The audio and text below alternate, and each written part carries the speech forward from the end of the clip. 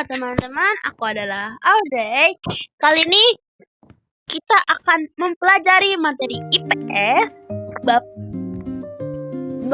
2 bagian C, yaitu tentang interaksi budaya pada masa kerajaan Islam di Indonesia. Yuk kita bahas dengan santai tapi tetap lengkap. Ayo. Oke, jadi pembahasan kita yang pertama yaitu ini. Agama Islam masuk ke Indonesia melalui jalur perdagangan maritim. Perdagangan dari Gujarat, Arab, dan Persia datang ke pelabuhan-pelabuhan Nusantara untuk berdagang sekaligus memperkenalkan ajaran Islam ke Indonesia. Nah, dari situlah interaksi budaya mulai terjadi. Nah, selanjutnya ini. Penyebaran agama Islam tidak dilakukan dengan perang, melainkan secara damai, melalui perdagangan, ulama, perkawinan, dan kekuasaan politik. Banyak raja dan bangsawan yang kemudian memeluk Islam, sehingga rakyatnya pun mengikuti agama Islam tersebut. Nah, ketika ajaran Islam menyebar, terjadilah proses interaksi budaya antara ajaran Islam dan tradisi lokal. Ada 3 bentuk utama. Yang pertama, akulturasi, yaitu perpaduan budaya tanpa menghilangkan unsur lama. Kedua, asimilasi, yaitu pembaruan yang membentuk budaya baru.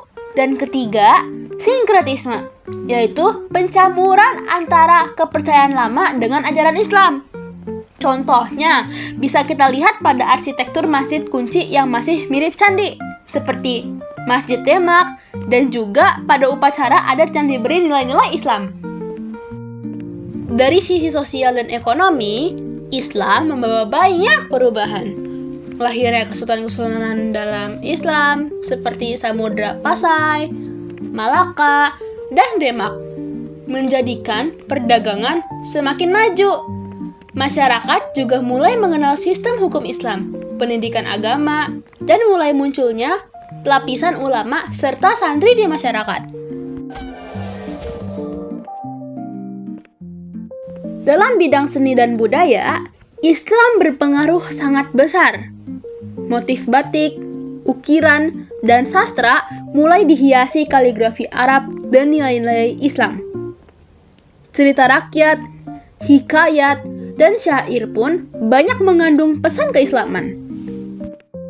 Semua perubahan ini menunjukkan bahwa masuknya Islam ke Indonesia tidak menghapus budaya lama, melainkan menyatukan dan memperkaya budaya kita hingga menjadi warisan khas Nusantara yang beragam dan damai.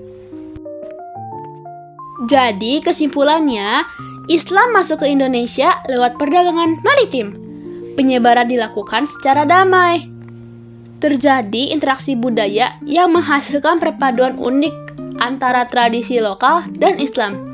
Dan akhirnya membentuk masyarakat yang lebih maju, religius, dan terbuka terhadap perbedaan.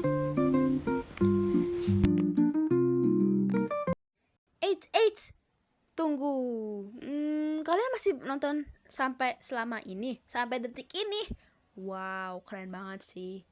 Keren. Lagi pula ini juga ada detik-detik akhir.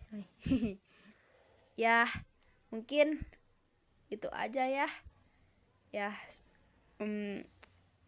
Video pertama aku, ya maaf aku masih gagap-gagap ngomongnya, nggak tahu, kaku. Ya, terima kasih sudah menonton sampai detik ini. Oke, bye-bye. Terima kasih.